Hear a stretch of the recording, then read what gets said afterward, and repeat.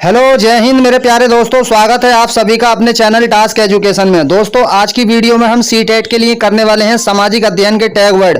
जी हाँ दोस्तों, निगेटिव और पॉजिटिव टैग वर्ड, जिसकी हेल्प से हम किसी भी सब्जेक्ट की पेडागोजी को बहुत ही आसानी से सोल्व कर लेते हैं। तो आज की वीडियो में एसएसटी के टैग वर्ड देखेंगे।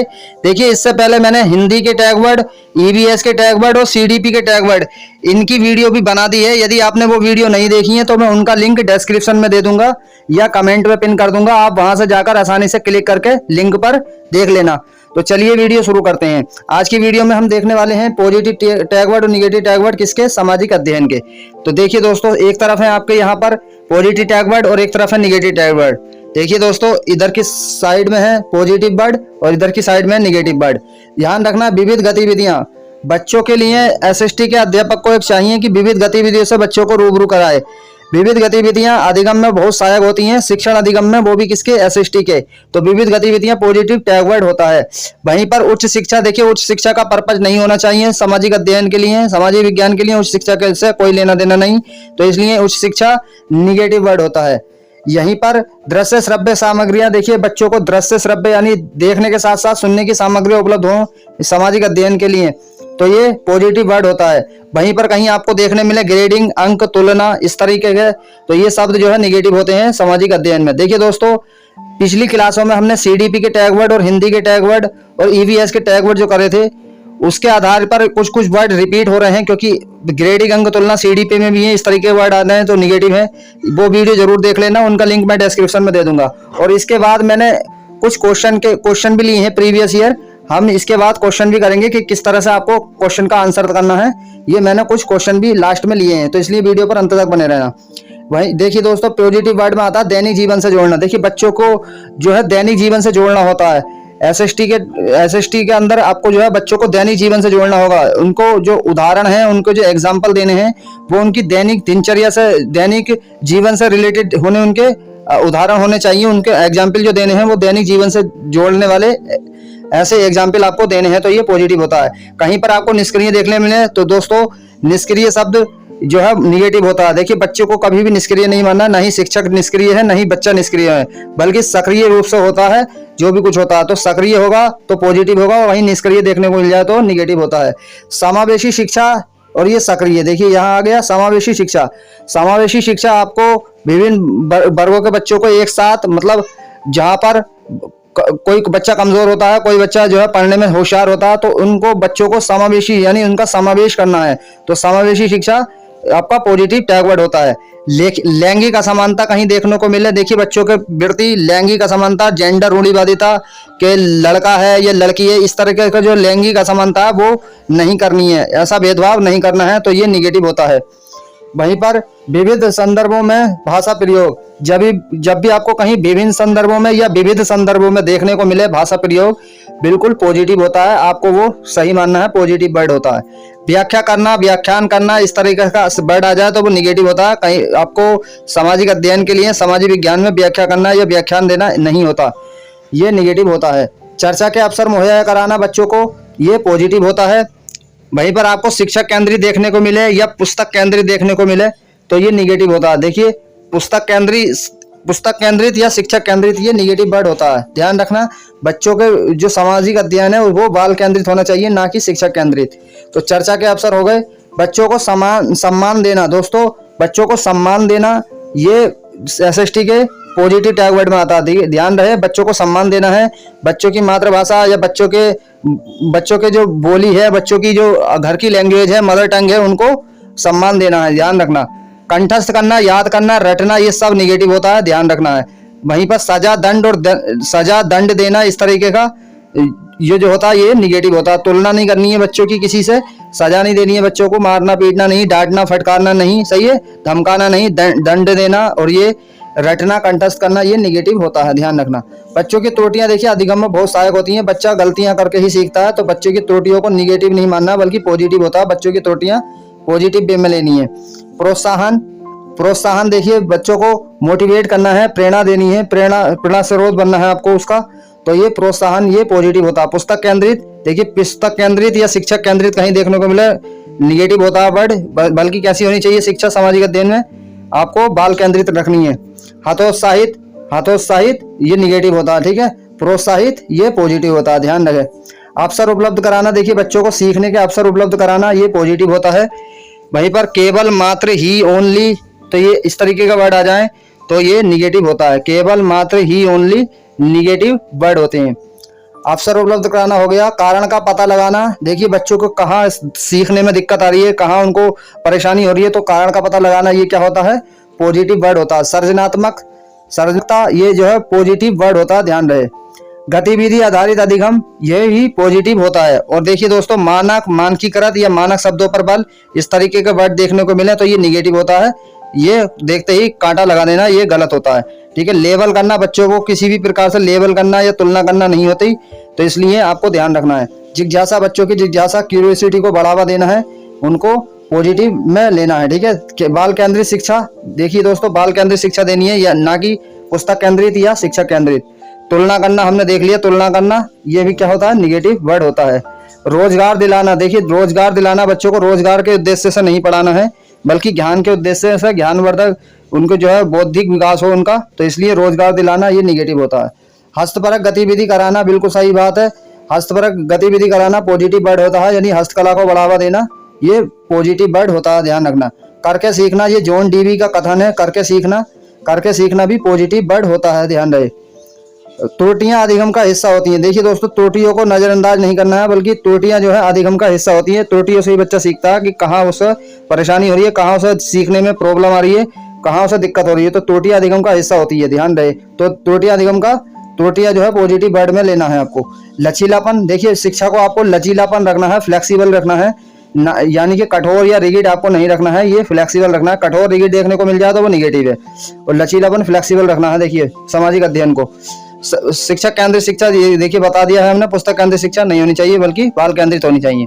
तो ये हो गए पॉजिटिव और निगेटिव वर्ड। देखिए दोस्तों क्वेश्चन किस तरह से पूछे जाएंगे, क्वेश्चन किस तरह से आते हैं आप देख लीजिए। देखिए सबसे पहले ये क्वेश्चन लिया है मैंने, प्रीवियस ईयर क्वेश्चन है। खुली किताब मूल्यांकन प्रणाली, खुली किताब मूल्यांकन का मुख्य उद्देश्य क्या है, इसमें बताना क्या इसका उद्देश्य क्या है खुली किताब मूल्यांकन का। विद्यार्थी उत्तर ठीक पाठ्य पुस्तकों के अनुसार कर सकते हैं। देखिए दोस्तों खुली किताब मूल्यांकन का उद्देश्य ये नहीं है।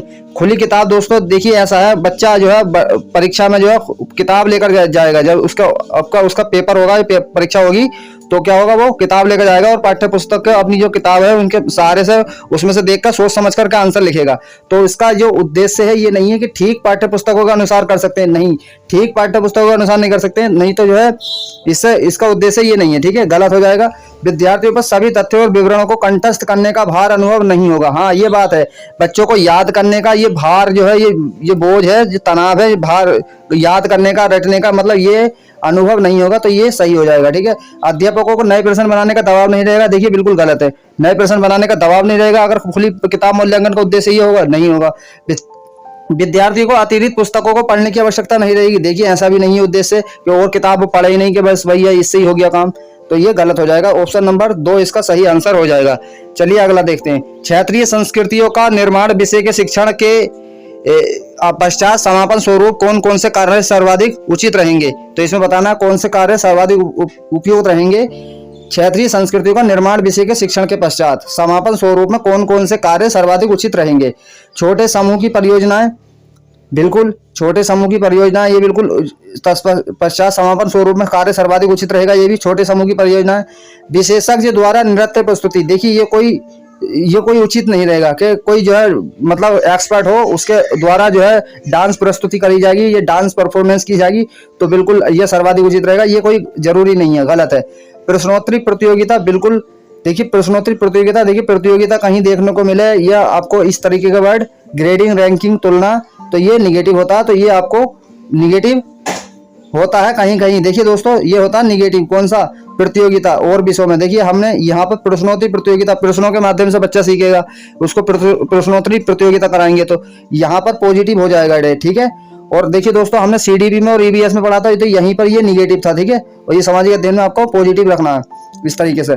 समुचित चित्र कोलोज बनाना, ठीक है, तो ये बिल्कुल सही है, चित्र बनाना, चित्र के माध्यम से बच्चा सीखेगा, तो ये डी भी सही है, तो इसका बी गलत है, निगेटिव वर्ड है, और ये पॉजिटिव है ए सी डी। देखना कौन से ऑप्शन में, ए सी डी, चौथे ऑप्शन में ए सी डी सही हो जाएगा। नेक्स्ट देखते हैं। सामाजिक विज्ञान की समसामयिक समझ अध्यापकों को निम्नलिखित सभी को करने को प्रोत्साहित करती है, केवल इसको छोड़कर। बताना है कि जो सामाजिक विज्ञान की समसामयिक समझ है तो वो अध्यापकों को निम्नलिखित सभी को करने को प्रोत्साहित करती है, केवल एक को छोड़कर सभी को प्रोत्साहित करती है करने के लिए। शिक्षार्थियों को कक्षा में विकसित ज्ञान को मूर्त परिस्थितियों में उपयोग करने के लिए अवसर देना, बिल्कुल बात सही है। जो बच्चों को प्रत्यक्ष ज्ञान देना है, मतलब बच्चों को उदाहरण से नियम की ओर लेके जाना है, यहाँ की नियम से उदाहरण की ओर, इस तरीके का ज्ञान देना है बच्चों को। कि बच्चों को जैसे मान लो मैंने संज्ञा बढ़ाई तो संज्ञा को मैं दिखाऊंगा, किसी वस्तु का नाम संज्ञा है, मैंने कोई वस्तु दिखा दी, गेंद दिखा दी या बैट दिखा दिया या श्यामपट दिखा दिया या फिर डस्टर दिखा दिया, तो ये इसको फिर मैं उसको नियम करूंगा पहले, मतलब उसको मूर्त रूप से दिखाना है उसको, ठीक है। तो ये क्या हो जाएगा, प्रत्यक्ष रूप से दिखाएंगे तो क्या होगा, ये बिल्कुल सही हो जाएगा। ऐसे अवसर देने हैं, ठीक है। शिक्षार्थी को पढ़ने तथा स्वयं के अनुभवों को खोजने के लिए, बिल्कुल बात सही है। दूसरों के स्थानीय अनुभवों को पढ़ने तथा अनुभवों को खोजने के लिए, जो ये एक्सपीरियंस को खोजने के लिए, तो ये इसको प्रोत्साहित करती है। इसको छोड़कर केवल एक को बताना है जो गलत है। प्रश्नों के समान उत्तर देने के लिए शिक्षार्थियों को प्रोत्साहन देना, जिससे कि सभी बेहतर बन सके। देखिए ऐसा नहीं है कि शिक्षार्थियों को समान उत्तर देने के लिए जो बच्चा जो है बिल्कुल समान उत्तर, जैसे एक ने प्रश्न का उत्तर दिया फिर दूसरे ने भी सेम उत्तर दे दिया उसका ही, तो ऐसे जो है प्रश्नों को बढ़ावा नहीं देना है, तो ये गलत हो जाएगा। तो ऑप्शन नंबर 3 इसका एक को छोड़कर पूछा है ना, केवल एक को, इसको छोड़कर तो इसका और देख लेते हैं। शिक्षार्थियों को दी गई विषय वस्तु पर प्रश्न बनाने की क्षमता के लिए प्रशंसा करना तथा उसे अधिगम की जांच के लिए वेद स्वीकार करना, बिल्कुल बात सही है। तो यहाँ पर ऑप्शन नंबर 3 इसका सही आंसर हो जाएगा, ध्यान रहे। चलिए नेक्स्ट देखिए दोस्तों, ये प्रश्न है, दृष्टिबाधित शिक्षार्थियों के साथ कार्य करते समय एक सामाजिक विज्ञान शिक्षक को किस प्रकार से शिक्षण अधिगम प्रक्रिया में अनुकूलन करना चाहिए। जो बच्चे देख नहीं सकते वो उनको सामाजिक विज्ञान के शिक्षण में प्रक्रिया में अनुकूलन नहीं रहना चाहिए, मतलब आपको क्या करना चाहिए ऐसे सामाजिक विज्ञान के टीचर होने के नाते। तो ये इसमें पूछा है, यथोचित विराम तथा पुनरावृत्ति के साथ स्पष्ट एवं उच्च आवाज में बोलना, बिल्कुल बात सही है।